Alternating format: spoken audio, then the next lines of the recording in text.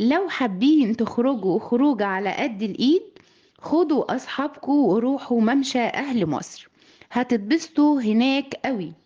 ممشى أهل مصر هو جزء من تطوير كورنيش النيل، والنيل هو النزهة المفضلة طبعا لكل المصريين.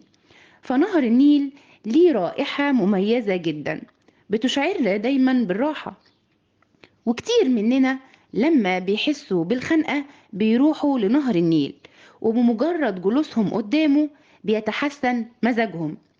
الممشى سهل الوصول ليه من عدة كباري زي كوبري 15 مايو و6 أكتوبر وقصر النيل وإمبابة وكوبري الساحل وتحيا مصر.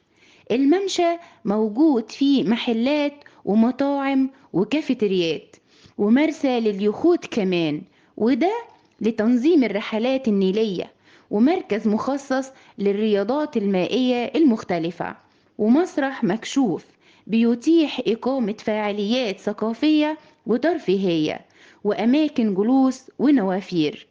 النيل بيتخلل الممشى بالكامل.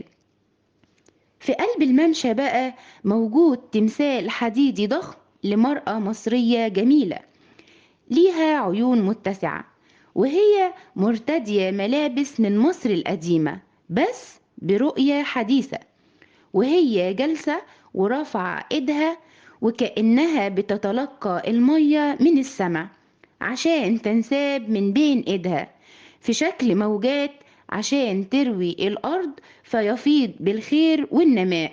وده دلالة على عظمة نهر النيل كشريان للحياة.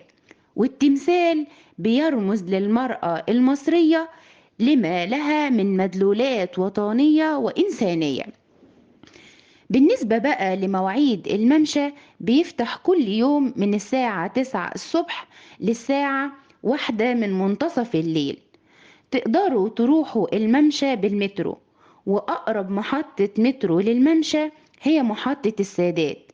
هتنزلوا المحطة وهتلاقوا مواصلات التحرير في اتجاه الكورنيش، واللي بتمر مباشرة من قدام الممشى. موجود بوابات كتير للممشى، منها بوابة رقم 1 و2 و3 و4 و5. كل دي بوابات للممشى، وسعر تذكرة الدخول 20 جنيه للفرد. ودي هتبقى أجمل تمشية وسط نهر النيل بعد ظهوره بشكل أبهر الجميع وجذب أنظار المرة.